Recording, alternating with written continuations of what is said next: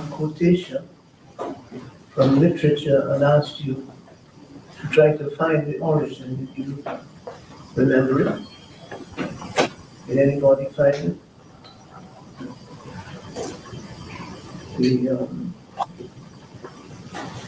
The entombment in the minds of your Aboriginal population. Were any of you here last week? Yes, you heard that thing in his time. He was very active between the 1840s and the time of his death, somewhere around the 1870s or so, I'm not even sure. These actions symbolize the rosy dawn of industrial production. This great benefit of humanity that we hear about, called capitalism, it began with the Industrial Revolution or before. But we really can't go into that in half an hour, so I will confine tonight's discussion to looking at the powers of colonialism. It had several powers wrapped into one thing that we now call colonialism. They didn't call it that.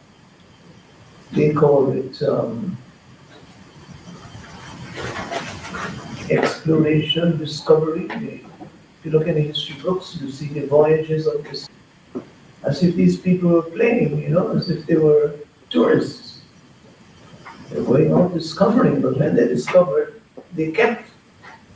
They did not leave the people and the territory that they discovered intact. They took them. So I am suggesting that one power was the military power. One power that these countries like, especially Spain, France,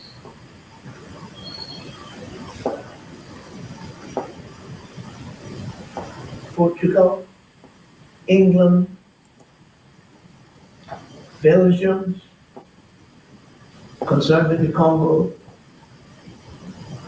they were all colonial powers.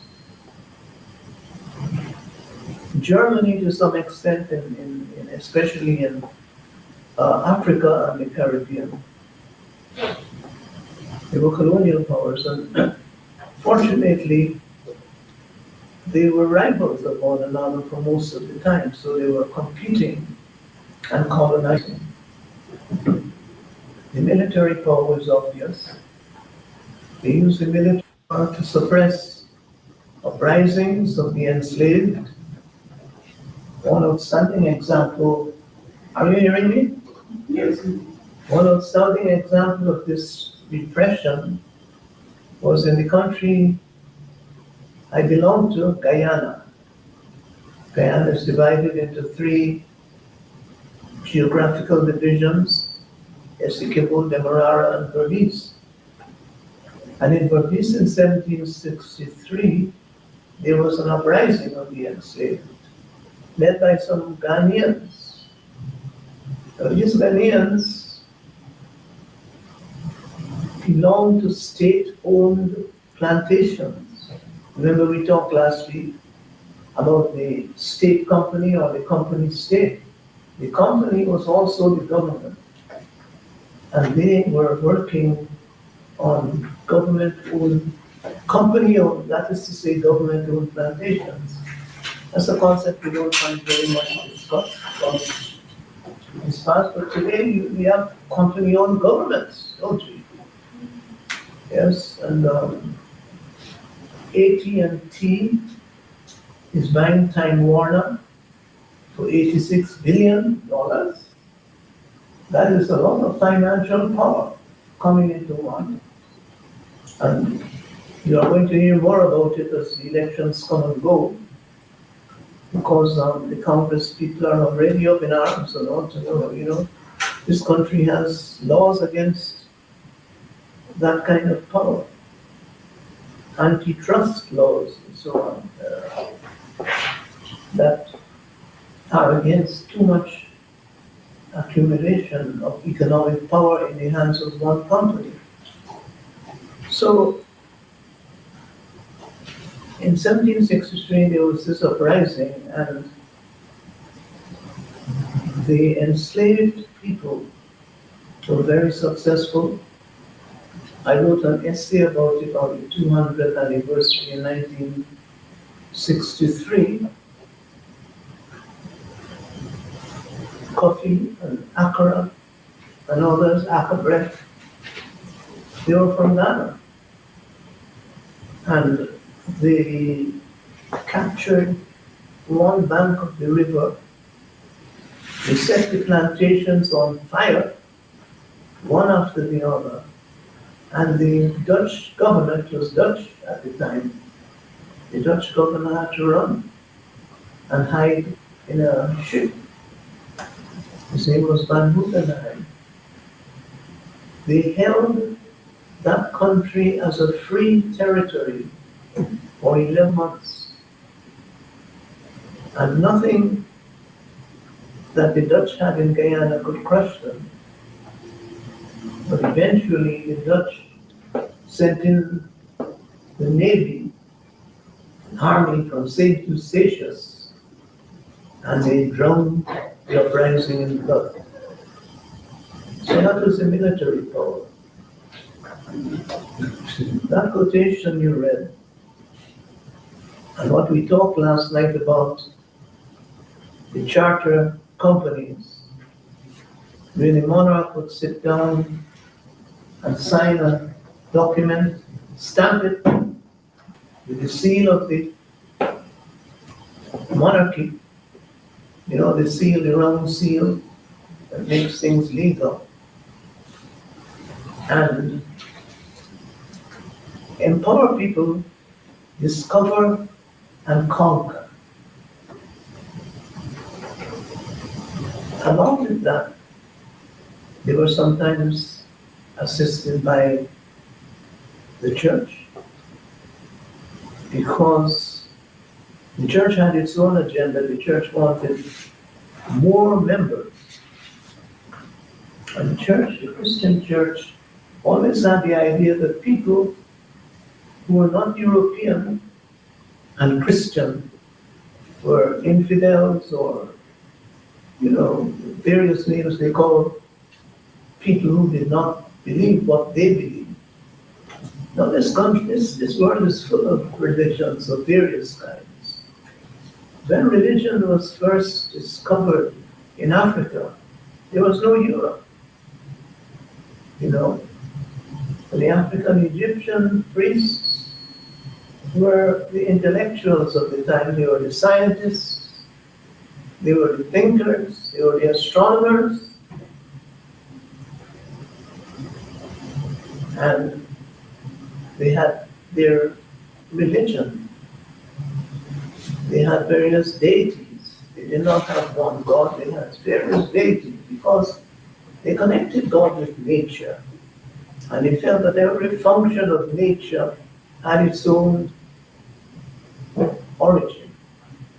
That was their way of expressing their beliefs. You must remember, these are times of antiquity, you know. Nowadays, much of that is brushed aside, but the philosophy that they developed has not been brushed aside. It has been taken over by Western philosophers like any one of them, Newton, and all of these people who are both scientists and philosophers. They leaned heavily on Egyptian knowledge. Napoleon went there and ransacked the library and took things away to France. But they don't tell us these things today. So that was one power, the military power. The other power was economic power, of which Karl Marx wrote when he said that this power was built on the repression of native people, that is the so-called aboriginal populations, as they called them at the time, and the turning of Africa into a warren a hunting ground for the hunting of black skins, human beings with black skin, to bring them to the Western Hemisphere and enslave them, sell them, buy them, sell them, enslave them. And a big example of that is Haiti, that is today suffering the agonies of a hurricane that has caused more damage in Haiti because it is most neglected of all the places hit. So that was the economic power. It expanded itself through companies. Good evening to you, and welcome to Politics 101 on a Monday night. AUC Kwayana, the Venerable Elder AUC Kwayana, talking there about colonialism, the military might of colonialism, and the economic might, the political might, and and the way in which black skins, as he said there, black skins were hunted down. And I submit that in our Guyana today, we are seeing black skins hunted down. And I'm going to talk a little bit about that tonight because it's important for us to understand what's going on so that we can know how we're going to move. Good evening to you all and welcome to Politics 101, wherever you're joining us from.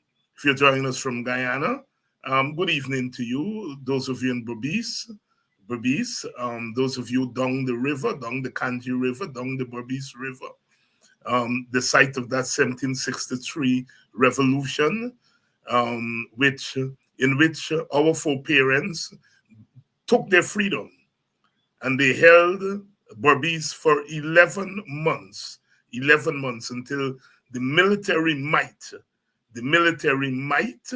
of the Dutch, the Netherlands, aided by other European powers, they were able to go back in and use their military might to take back Berbice, and in the process committed genocide against our people. And they were slave catchers, as they were called. Those were people among the indigenous population who were in the business of catching runaway slaves, as we now call them, maroons, and taking them back to the slave owners. That's part of our history. And we do have some slave catchers today. And I called them out 2 years ago, and they have never forgiven me for introducing that term, slave catchers, because it's what's going on right now. And so they refer to me and others, Dr. Jeffrey and others refer to us as memory warriors, because they do not want us to bring the memory of what happened 400 years ago, 300 years ago, 200 years ago. They don't want us to bring that memory to you so that you can see what they're doing today is no different from what the slave masters did. What the present rulers today are doing is exactly what the slave masters did. They don't want us to tell you that.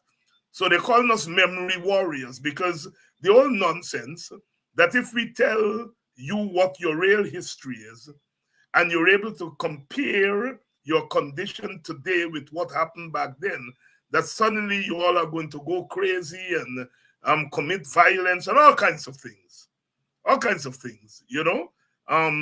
if we don't have any brains, They feel that if you know your history, you're going to walk down the road and start killing people, and so that is why they do not want us to talk history. They don't want us to talk to you as African people. They do not want us to talk to you as Indian people. They do not want us to talk to you as indigenous people. They feel that if we talk to you based on your ethnic and racial identity, we are giving you another consciousness.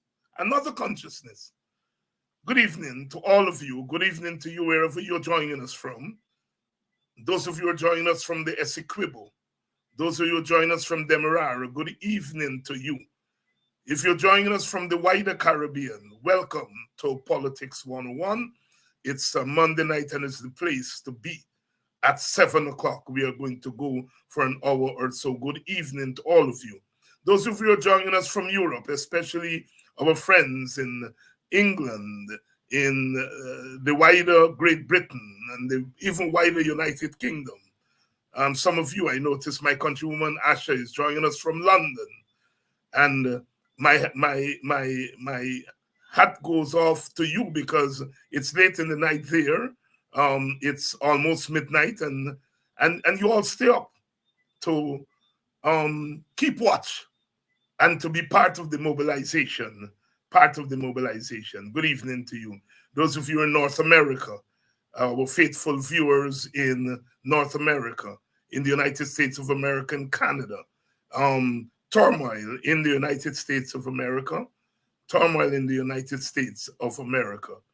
And we've got to protect ourselves from that violence that is being played out there in that country. Here in Guyana, just as it was in 1763, the purveyors of the violence are managers of the state. Managers of the state. That's where the violence is coming from. That's where the violence is coming from. And those of us who stand in between them and you, we are singled out for all kinds of bad names. They're now calling me an extremist.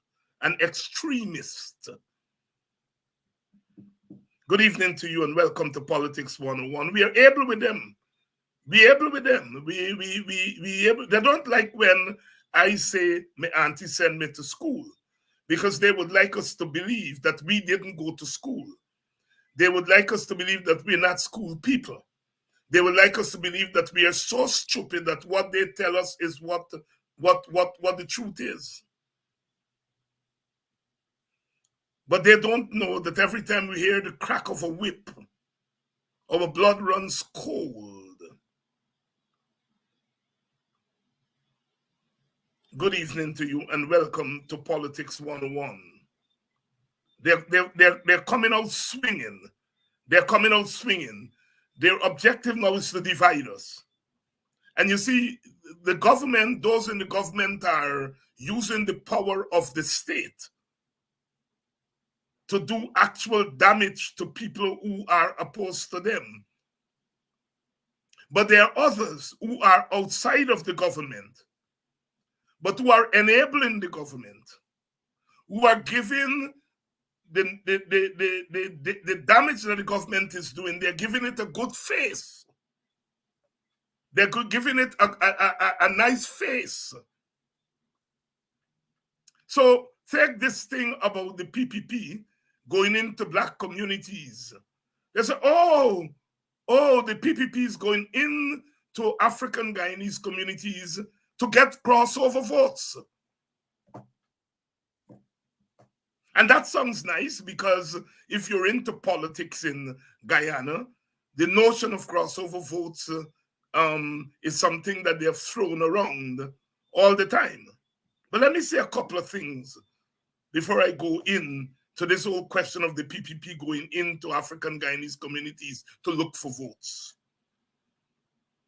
The PPP never tried to get African Guyanese votes. They don't want them.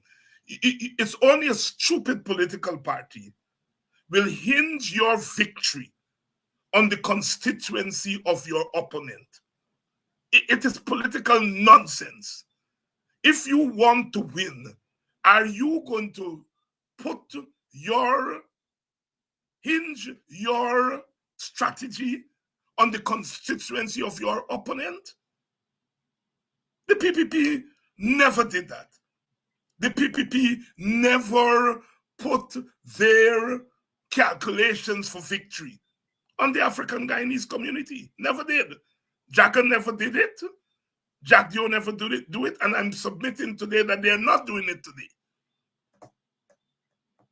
If you put your store for your victory in the constituency of your opponent, you're a jackass.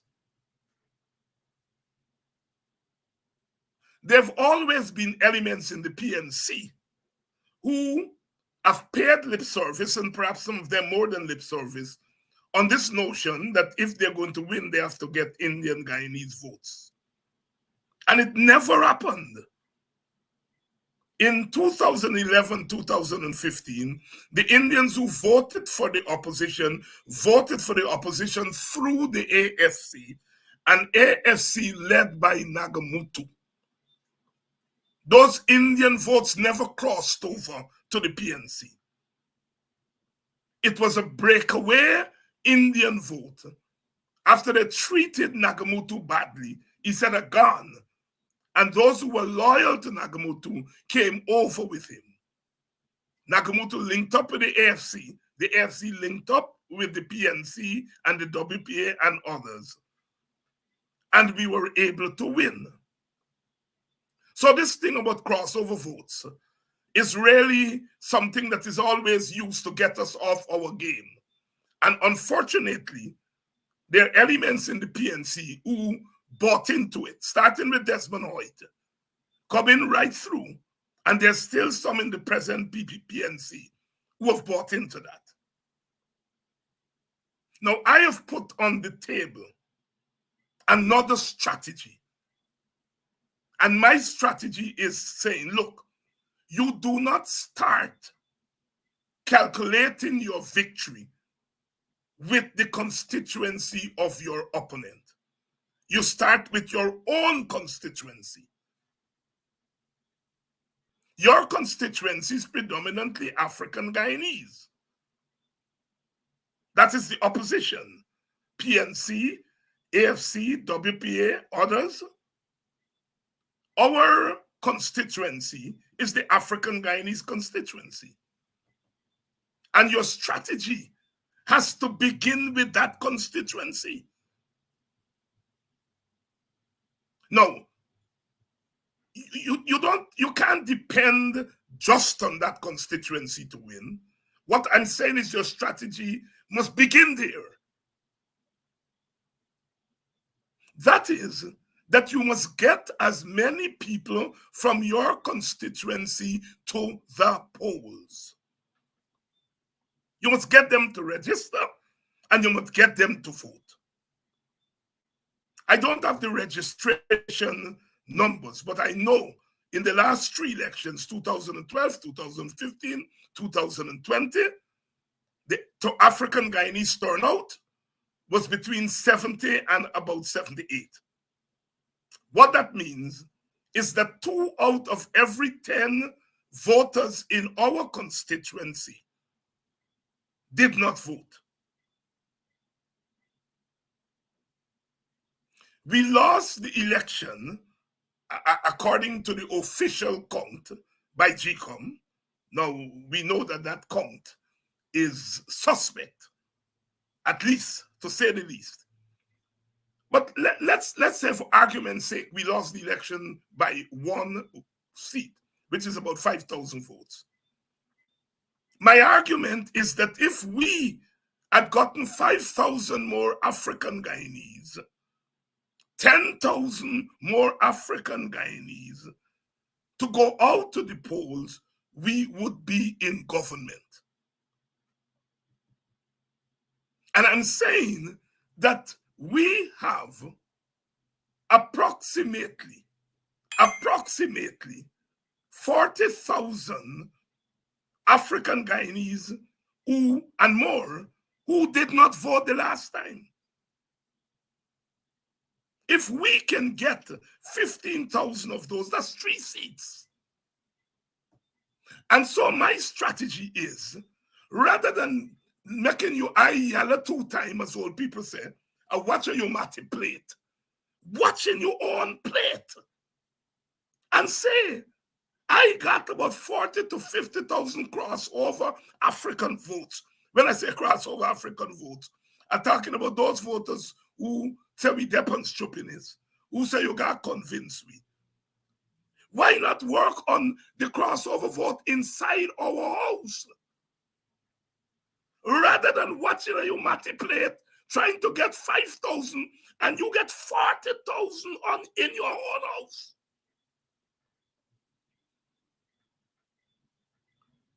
And that is the strategy I've put on the table. It gets them going crazy over there. Ravi Dev write a whole long article about it this week. He said David I's strategy is divisive because he just wants to mobilize African people. Of course, he's lying because I said mobilize another 10% at a minimum of African people. That will give you 2 or 3 seats more.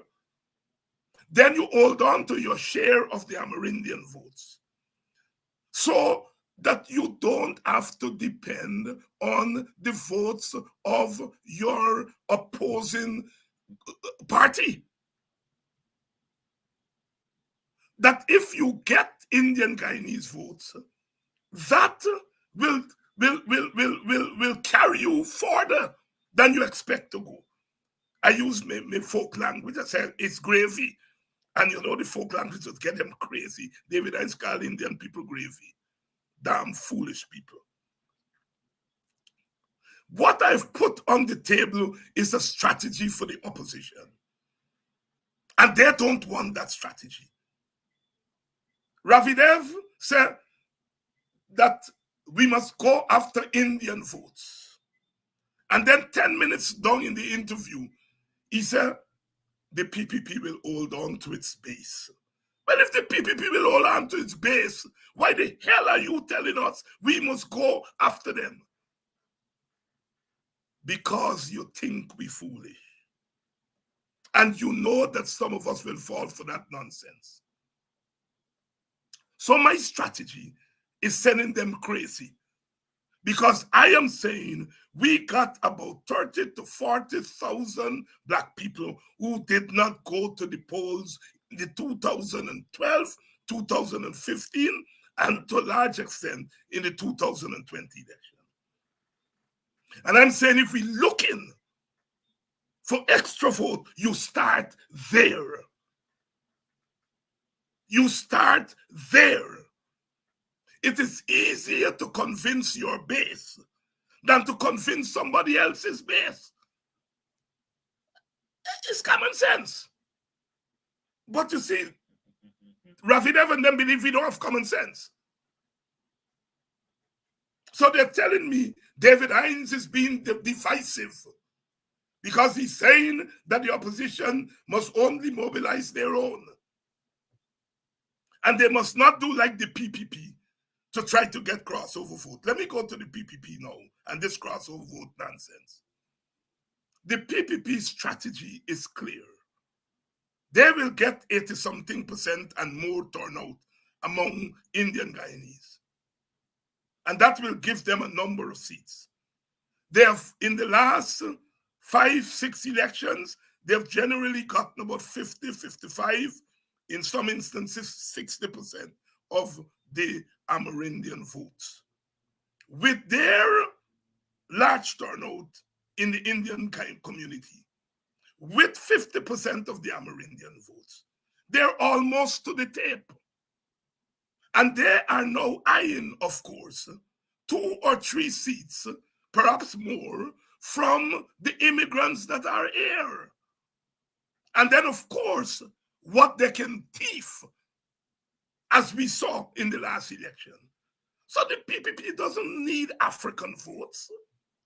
When the PPP come into our communities and with big money and giving it to some of our people, it's not about getting their votes. It's about using them to suppress our resistance against what they're doing.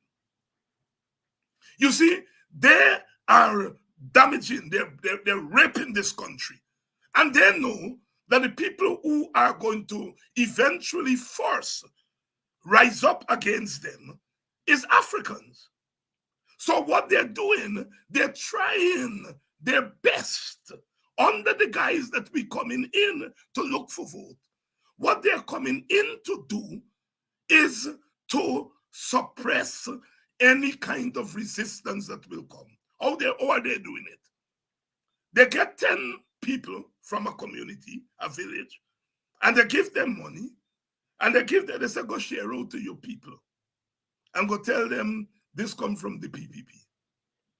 And those people are playing a dual role of spying on their own people. So those 10 people, 15 people, that they're not paying them to go and look for all your votes. They're paying them to spy on you all. They're paying them to bribe you all, to get you all to start crazy. A stranger never do nothing for me, and look at getting a little hamper. They're sending them in there as slave catchers to catch you all and to enslave you all mentally and otherwise. That is what the PPP is up to. They're not looking for your all votes. That is why you all never hear me say, take the thing and you know where you're voting. I know you all know already where you are voting. The PPP at best, what they're trying to do, as I said, is to suppress resistance in our community, to put our own people to spy on us, and to create enough doubts in the mind of some people that they will stay away from the poll. So that 20%, 25% of our people that didn't go to vote, they are trying to enlarge that by putting doubts in people's mind, telling them that we never do nothing for them, and they mustn't worry with me. By putting on a big dance at Maltino's on the 1st of August, so that, and say, come free, because in their head, black man like freeness. So they give me free dance. And we say, oh God, I can't go to Agda. Agda the charge. Well, Agda the charge. But if your money go to Agda, Agda gonna put back that money in your community. So what the PPP is doing, they're not trying to get our votes. They're trying to suppress resistance. They're trying to suppress our votes. They're trying to get our own people to spy on us and to kill us. Let me give you an example of what I am saying. If the PPP really wanted votes, African Guyanese votes, you get a whole set of African Guyanese teachers. You give them 6.5%. If you really wanted African votes, you're going to give them 6.5%. You really want the vote, you're going to give them 29, 30, 35%. Because they get plenty African votes among teachers. So you giving them 6%. People who you really want the vote, you can give them 6%. And when they go on strike, you treat them like dogs. And you are telling me that you want African. No, you don't want African votes. What you want to do is to beat down Africans as you did to the teachers. You're saying to them, if you dare fight back, we're going to beat you down. How you going to beat down people and say you want the votes? Rafi Dev, go to hell. Because you know better. You know better.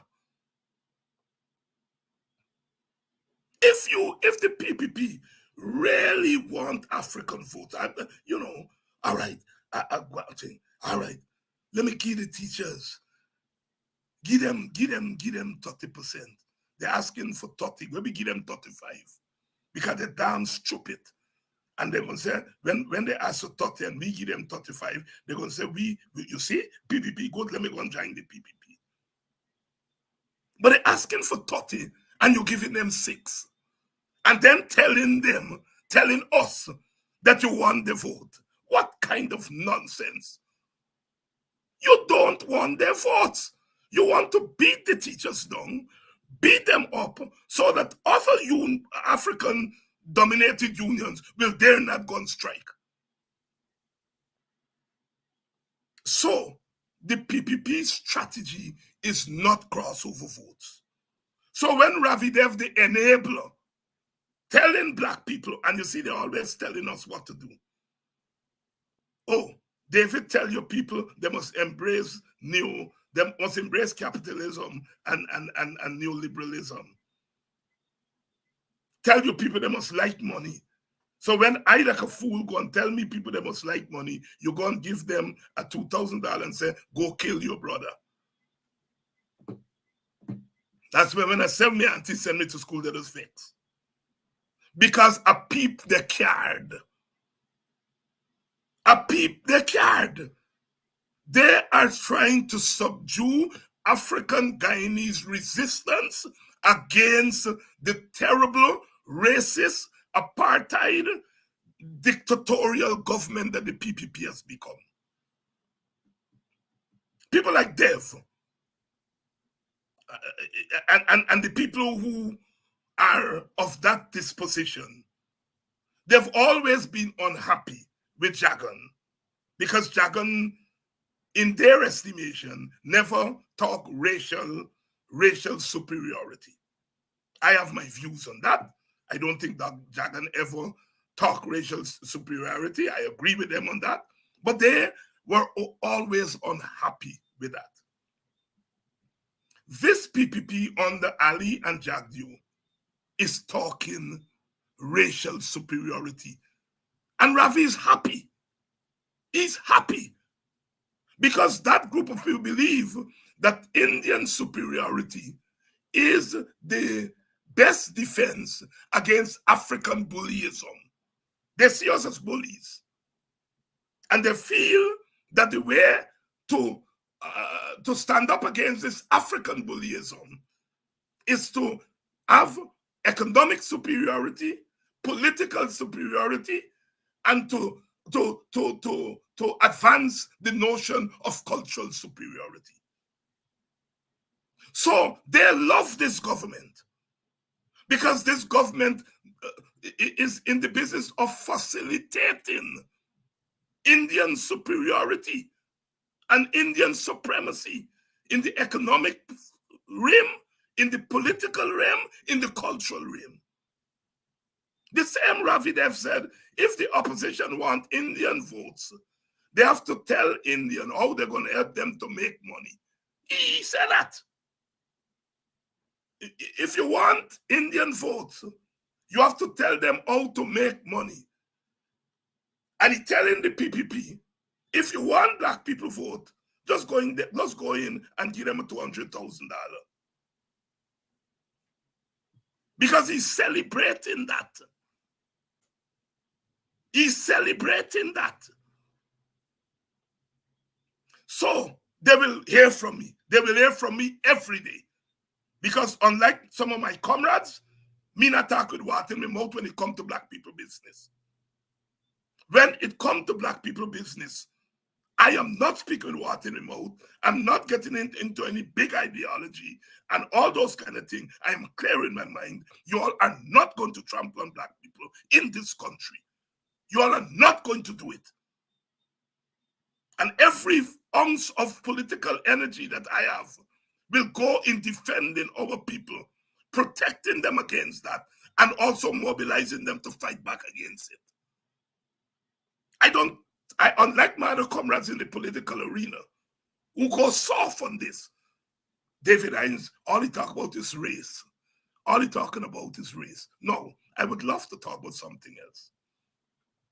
You see, if when I look up and I see you give 6% to teachers, and then you give 6% to sugar workers, I will say, boy, this is not race, because they're giving Indian people 6%, and they're giving black people 6%. This is not race. This is class. They're giving the Indian working class 6%, and they're giving the African working class 6%. I can't talk about race now. I got to talk about class, because that's discrimination. But when you're giving black workers, African workers 6%, and you're giving Indian sugar workers 10 times that, 15 times that, and then you want me to say that's not race? What differentiates those two groups of workers? What differentiates them? It's not that some are from country and some are from tongue. You get teacher from country, you get teacher from tongue. So it's not country and tongue.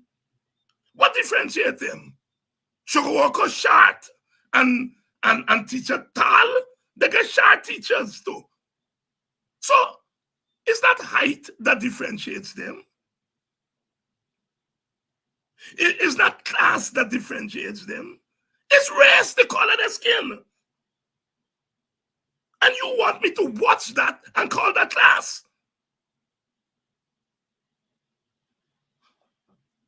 When you look at the places that they have demolished homes, squatting, everybody squat. Indian people squat, black people squat. But where they're going and look for squatters and licking down their homes. Look at the communities. All African Guyanese communities. If they were licking down homes in Port Morant and Enmore and Cornelia, I would then can't say it's black people. I will have to say it's poor people. But you're looking down poor black people homes in black villages. And you're not licking down similar homes in Indian villages. And you're telling me I must have a class, I mustn't have a race. What differentiates us? It's race. David Hines talks about race all the time. But David Hines talks the truth. And David Hines has to talk the truth to his people. Because his people send him to school to read books so that he can talk for them. That's why Ravi and them vexed when I said, my auntie sent me to school. And you see, I do not start by saying my defense of African people has to do with are you voting for me? I don't start there. I start by saying my defense of African people is my duty as an African brother. That's where it starts. I'm not starting by saying, I come in to ask you for vote.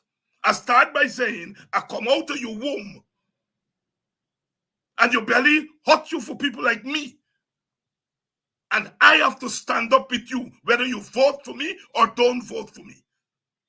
That's where I start when it comes to black people. And they don't like me for that. Now, when I then said the coming election, my party would be contesting the election, we would have to make a decision. Are we going to go in as a part of a coalition or are we going in by ourselves? None of the other parties has made that decision yet. We have our view on how we going to move, but we are contesting that election. And I am saying to you that we are putting ourselves forward and asking for your vote eventually. That's not where we start. We start by saying you're black like me, and they're beating you up because you're black. And I have a microphone, and I have a big voice, and I am going to stand with you, and I'm going to mobilize you, and I'm going to get you ready to fight back. And then I move from there and I say, one way you can fight back is to vote them out of office. And that I am presenting myself and my party as part of the team, or if they don't want to go as a team, by myself. So that we can get into the government to stop the inequality, to stop the impasse, and stop the inequitability by the state. That's setting Rafi Dev them crazy. And by extension, the PPP crazy. You see, they want us black scholars, black leaders, they want us to be stupid. And it's a contempt there for blackness. I don't hear black leaders in government, in parties and outside of parties, saying that Indian people are stupid. I think generally we treat Indian people with respect. I would dare not go into an Indian community and try to tell them I bring in $2,000 for you for going buy fried rice. I would not do that. And why these chaps believe that they can come into our community and do it. And I must remain quiet.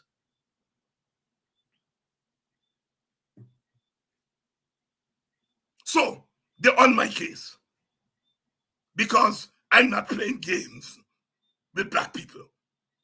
I'm saying our strategy, our electoral strategy must begin in our community. We can get the extra 3 seats or 2 seats or 1 seat that we need. We can get it among Africans. I'm talking loud and clear. We can get the extra 2 seats, 3 seats, 15,000 votes by getting 15,000 more Africans to the polls. And I'm saying that it's not going to be easy to get them to the polls because they've tuned us out. And we have to face facts. Last night I was in Haslington. People come up to me, as they do wherever I go. Thank God for social media and television. People can recognize you wherever you go. And people come up to me and they express their dissatisfaction with us in the opposition. They got some people come up and said, they are Aubrey Norton all the way. Thank you. They're going down the road with Norton and the PNC. And they got some people who passionately came up to me and said, man, I can't take the PNC. The PNC is soft for the last 2 years. And I gonna put my ex. I got to make a decision dark between you and Nigel. Some of them tell me that. One man, he was vehement, he put in the X to Nigel. 2 of them were vehement, they put in the X next to me. We have a range of emotions in the black community, in the African Guyanese community. We have a range of emotions. Thank God, I think we have viable candidates / parties that can accommodate the range of emotions. And I think that is what is sending them crazy. So they are trying to separate Aubrey from Nigel and trying to separate Aubrey from David Hines and David Hines from Nigel Hughes. And the strategy they're saying, Nigel Hughes come from the Redskin middle class. And they're trying to say that as if it's a crime. Yeah. Nigel comes from the middle class as a crime. I've said on this program before, Nigel can't be held responsible because his daddy come out from the ghetto earlier than my daddy. He cannot be held responsible for that. The problem is whether Nigel come out of the ghetto and turn it back on the ghetto. And I want you all to answer that question. It's not that Nigel come out of the ghetto. We got plenty of black people come out of the ghetto and turn them back on the ghetto.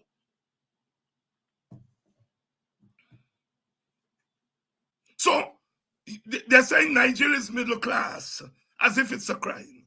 When they come to me now, they say I extremist, I's a black nationalist, I's a black intellectual, and I's a race man, as if it's a crime. As if it's a crime to say I am part of the black nation. And by black nation, what we are saying, we have, as African descended people, we have something in common. Our foreparents know that we are a nation, meaning that whether we are in Jamaica, Barbados, Mississippi, Ghana, wherever we are, we have a common heritage, hence we are a nation. That is why our foreparents make the song, nation, where your nation, all we are one generation. Red African, brown African, black African, curly hair African, hard hair African, straight hair African, all we are Africans. Christian African, Muslim African, wherever African, we are all Africans.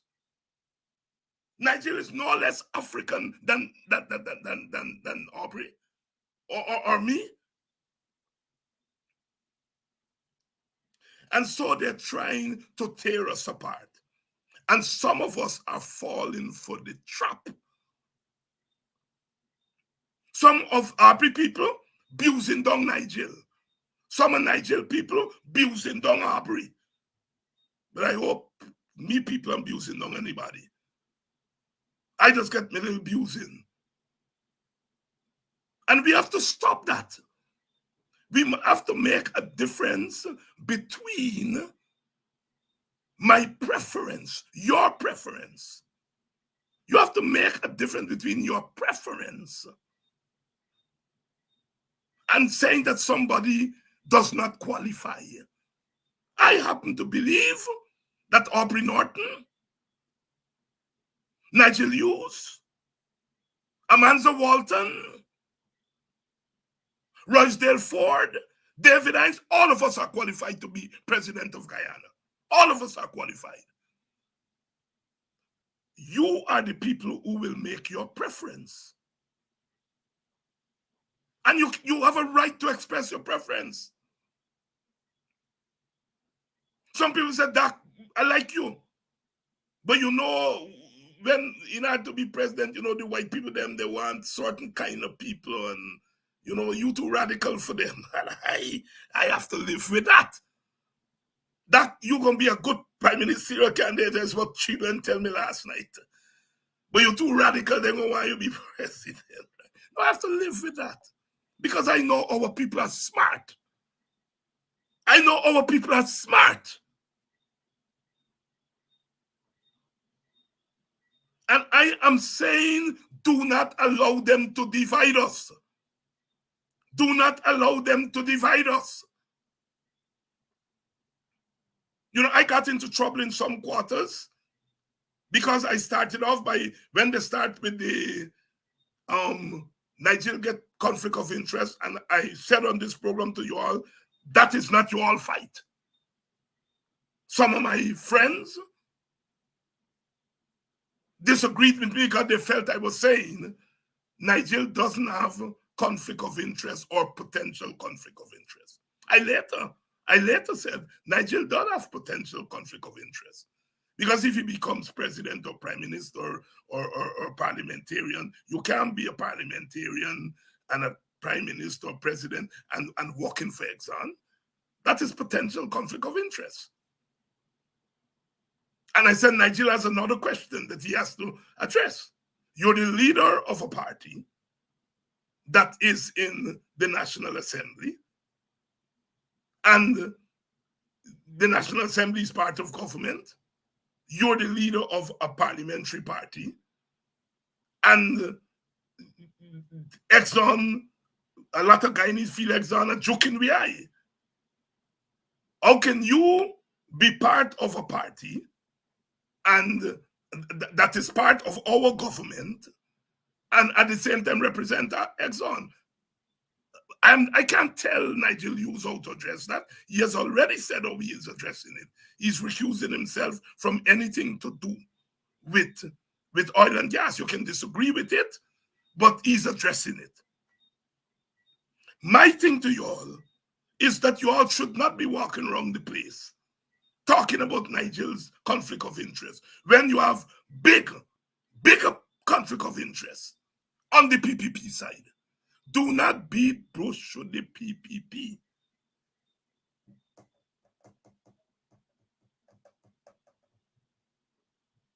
We have to learn that we are in a war, whether we like it or not.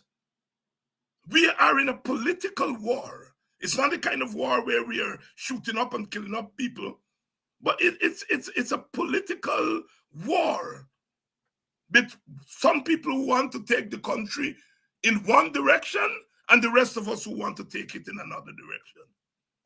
And when you're in a political war, you can't fight as though it's a normal situation. There cannot be any political equalization here.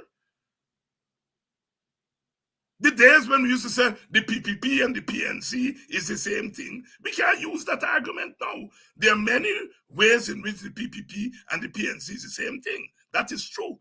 But there are also ways in which the PPP and PNC are different. And we have to be able to fight in a certain way. And I am saying, why would I beat up Aubrey Norton today?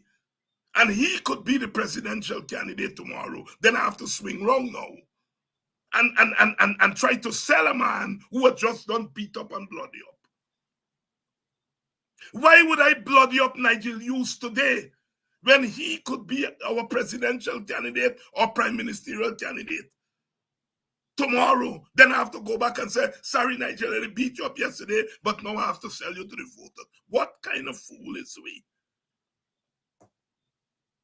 Disagreeing with people is in order. One of the things I love about African Guyanese is that there has always been a breadth of political opinion among us. That is why different parties could come out and be sustained. We had the WPA in the 1970s. We had the AFC in the 2000s. There's always been a breadth of political opinion among African Guyanese, and I love that. Because it gives us that breadth to choose from. It gives us that diversity. But we have to ensure that our diversity does not become an avenue for us to be slashing each other's throat.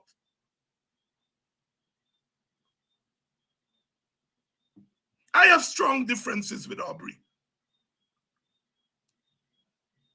Tactically, Aubrey sees street protests in a certain way. I see it in a different way. But I am not going to use that tactical difference to bloody Aubrey. I will try to argue with Aubrey and debate with Aubrey that we could meet each other halfway.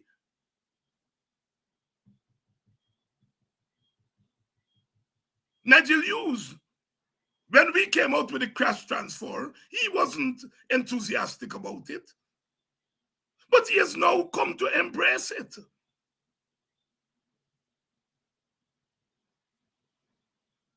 And that's how we got to move. Every time I hear somebody say, I love Aubrey Norton, I say, I know that vote is sure. When I hear somebody say, I love Nigel Hughes, I say, bingo, I know there's another one there. Sure. And when I hear some of you all say that you all like me, like us, I say, it's another vote there. I am not going to politicize and socialize you all on this program or any program to fight and lick down one another. We've been down that road before, and we cannot go down that road now. I don't hide. I was part of the WPA that fought Burnham bitterly, and maybe primarily responsible for the PNC coming out of power in 1992. But here we are 30 odd years later. No man Jack can get me to cause Burnham. I ain't doing it. I don't care who tell me that a backsliding, who tell me that. No. If I were to do it all over again, I will do it the same way. But today, 2024, I not cussing Burnham because I know they're going to take me cuss of Burnham and then beat up black people. I not in that.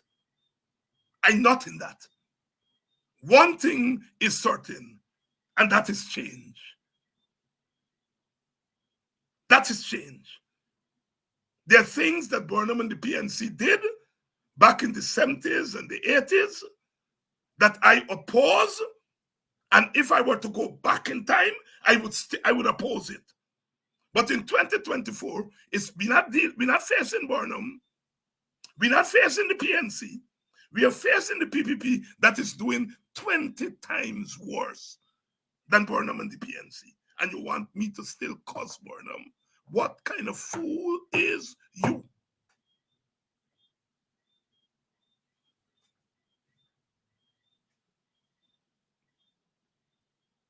We are turning the election whenever it happens.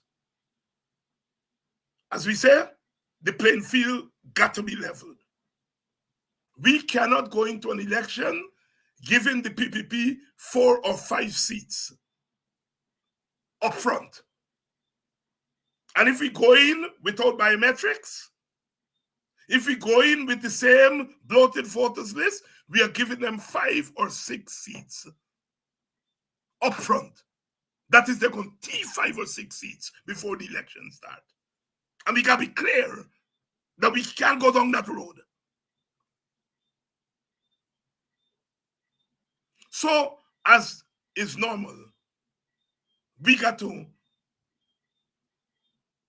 walk on 2 foot, maybe 3 foot.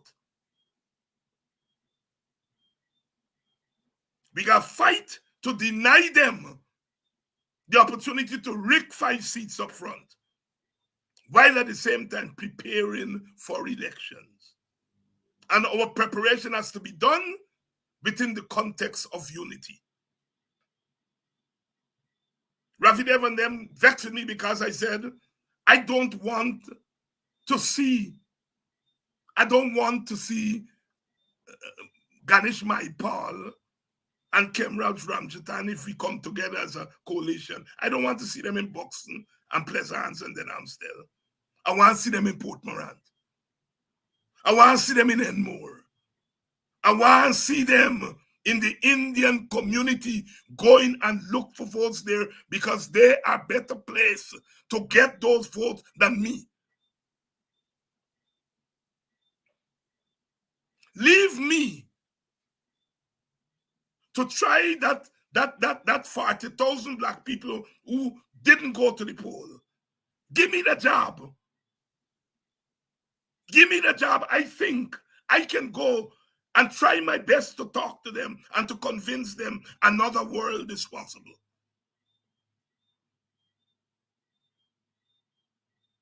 Don't send me to Port Morant. I'm going to tell you plain, I ain't going. I ain't going. Not because I'm frightened to go and talk in Port Morant, but in this hard guava season, use me where I am most effective. I am least effective at this juncture in Enmore. And I'm saying the PNC always at that fault line. And I think it's still there with them. They don't strategize properly when it comes to elections. This blind thing that you got to go and talk to Indians. Yes, you got to go and talk to Indians. Send Gita. Send Ganesh. Send Rupnarayan. Send them. The PFC must send Kemraj and Ricky and them. Because you're talking about winning votes. You're not talking about showing how multiracial we are. Multiracial, you know. A little girl I can never forget in 1997. Little girl, she could have been about 2021. We had a WPA meeting at Kitty. And she was standing there and, you know, she called me across and she said, Mr. Hines, I'm glad to meet you. I was going home, I buy tennis roller for go home for care for my children them. And I pass and I hear is WP and I stop. Because I like you all. you all just talk the truth. And I said to her, I asked her, I said, so you going to vote for we day after tomorrow? she smiled. And, and then she said, Mr. Hines, I like you all, but they don't have a race called multi. You all believe in multiracialism, and they don't have a race called multi. I got to give me a vote to the PNC. And that was a wake-up call for me. It was a wake-up call for me. What it says is not that girl doesn't like multiracialism. It's not that she don't like multiracialism. It's the multiracial message she come there to hear. But what she was telling me, when it come to election, you don't win election with multiracialism. 20-year-old child in 1997 was telling a big man that read plenty books, was giving me wisdom that I hadn't thought through. She was there because she liked our multiracialism, because she obviously thought that that's where our country should go. But she was saying to me, when it comes to election, multiracialism, you are going with the PNC. I will never forget that, because it taught me something. An election is not a place to hold hand and say, kumbaya, look how multiracial we are. Send Ganesh Lee go look for Indian votes. Tell Cameron Lee go up at the quarantine and look for Indian votes.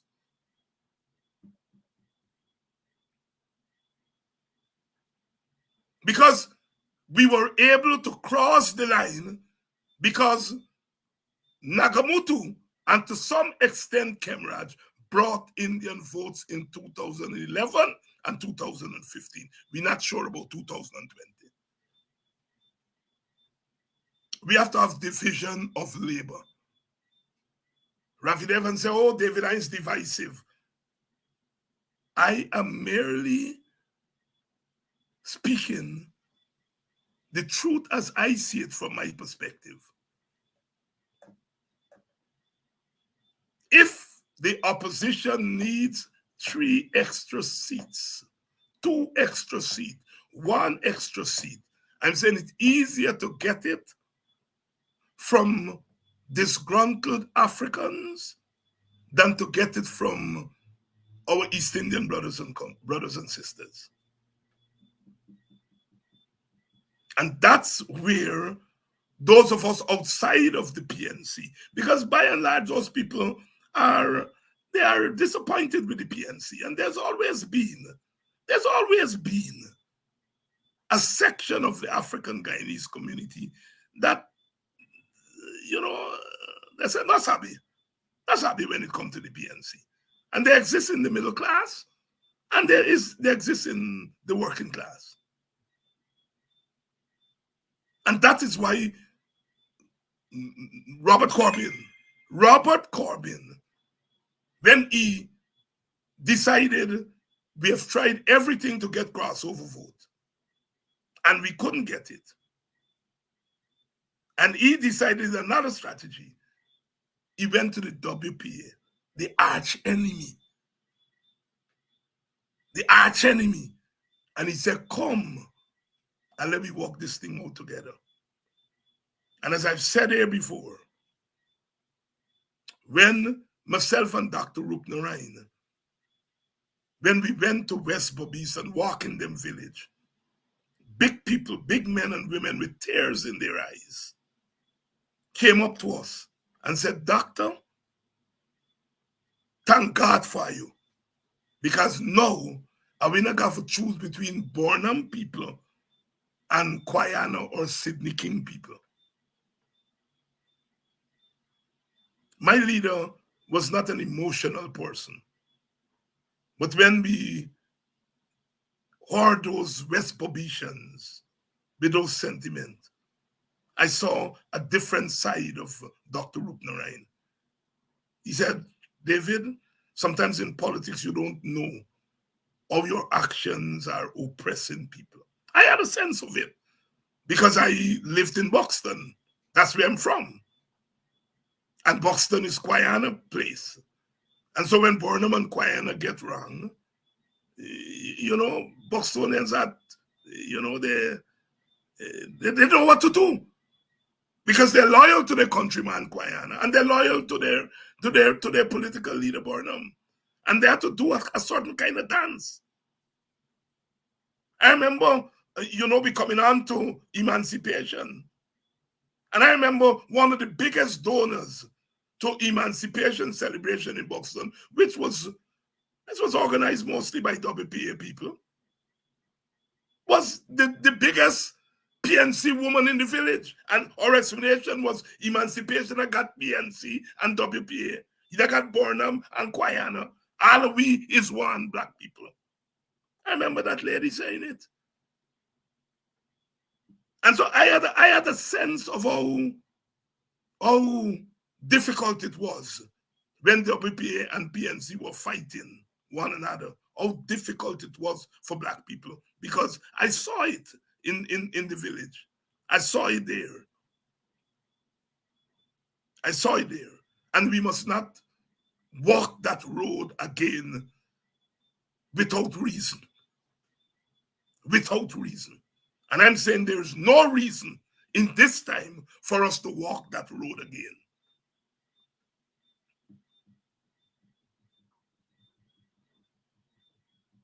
One of the questions that was asked of me today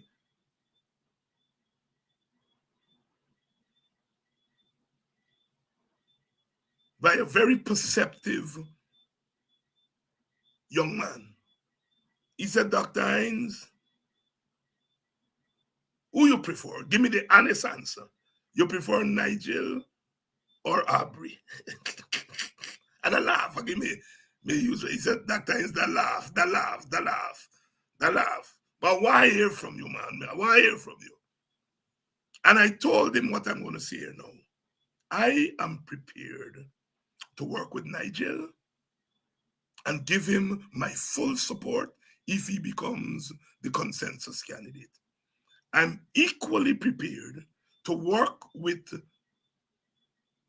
Aubrey if he becomes the presidential candidate. I am willing to submit myself to the leadership of either of those two brothers. Or if there is another candidate from our side that passes the test that Aubrey and Nigel have passed, I am prepared to work with them. I say it here tonight. Ravidev said, I announced myself as a consensus candidate.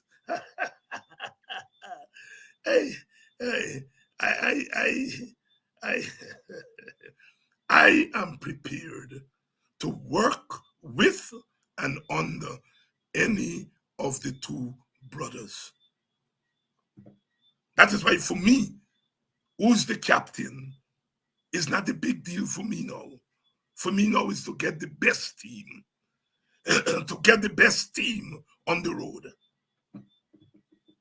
Whichever of the two of them, if it's two, I don't know or if there are going to be any more, I am prepared to walk with them, and as we say in Guyanese parlance, to walk under them. And I am prepared to play the role of mediator, broker, whatever term you want to give it, to ensure that we go into this thing. If we're going in together, we go into this thing with unity and love. I'm not in love with power. Power don't dazzle me. It is perhaps some people tell me that is my weakness, that I take after me elder, Guyana, But I don't wake up in the morning and study if I go be president. I mean, I admire people who have the bravery to see themselves in that way. I am not saying that if I'm asked to play a role, I wouldn't play the role. But I don't wake up in the morning. I look around me and say, I am one day closer to becoming president. I just, that's not my political makeup. So it's difficult for me to announce myself as a consensual candidate. I know. I play my role. I play my role. I play my role. And I'm playing my role right now, which is firstly to defend and protect Black people against the onslaught of an Indian Guyanese-led dictatorship. I fought against an African Guyanese-led dictatorship. I went to prison in my fight. That's how serious I was. And it was an African Guyanese dictatorship-led dictatorship. And I go to sleep every night with a clear conscience that when I'm opposing and fighting this Indian Guyanese-led dictatorship, I say, God, you know, a fight against my own. And give me strength that I can fight against this one, which is not my own. And nobody will turn me around. They can call me all kind of racist, and they can call me this, and they can call me that. I'm not afraid of that. I may not represent the sentiments of 90% of African Guyanese, but I am certain I represent the sentiments of a critical mass of African Guyanese. They're beating we up because we're African. They're licking we down because we're African. They want to reduce us to slaves again in the 21st century. And I am not standing for that. They will have to beat me. They will have to bury me more than 6 feet and more, to quote the Calypsonian short. They will have to beat me. They will have to bury me more than 6 feet and more, because I ain't going in for that. Commonness, slackness. And every day God gives me strength. Every night God gives me strength. I will come here and I will fight. I will fight. I will fight. And in the process of fighting, mobilize you, our people, to join the fight. Join the fight so that we will not be reduced to slaves again in this place called Guyana. Tomorrow night, my friend is going to be here, Dr. Henry Jeffrey. Wednesday, I'm trying to get Brother Paul Slow to come and to talk about the police nastiness. To talk about the police nastiness. The top of the police. Because you know, I just make my differentiation. Them little boy and girl at the bottom, them is not the problem. They're, insofar as they're bad eggs, some of them are bad eggs, they're consequence of the problem. The problem is at the top. And I'm going to get my brother Paul Slow to come for us to put some perspective. I love you all, always, always. And as I say, love is unconditional. It remains critical. I am not uncritical of our people, because if we are unconditional and uncritical, then we get in, we self tie up and we blind in ourselves. I love you all at this time, unconditionally, but not uncritically. But what is important is the unconditioned. Unconditioned love is the watchword. I love you all because you're black and beautiful. Black and beautiful. And anything any other ethnic group, any other racial group can do, we can do. We are human beings too. We're endowed with all the faculties that the Almighty, and those of you who are not religious people, that nature has given us. You all are equal to anybody. Equal to anybody. Not better, not superior. You all are equal to anybody, whether it's in sports, in education, in mechanic, in agriculture, you all name it. And we know about money too. We know about using money wisely too, because we are human beings. Talk to you all tomorrow.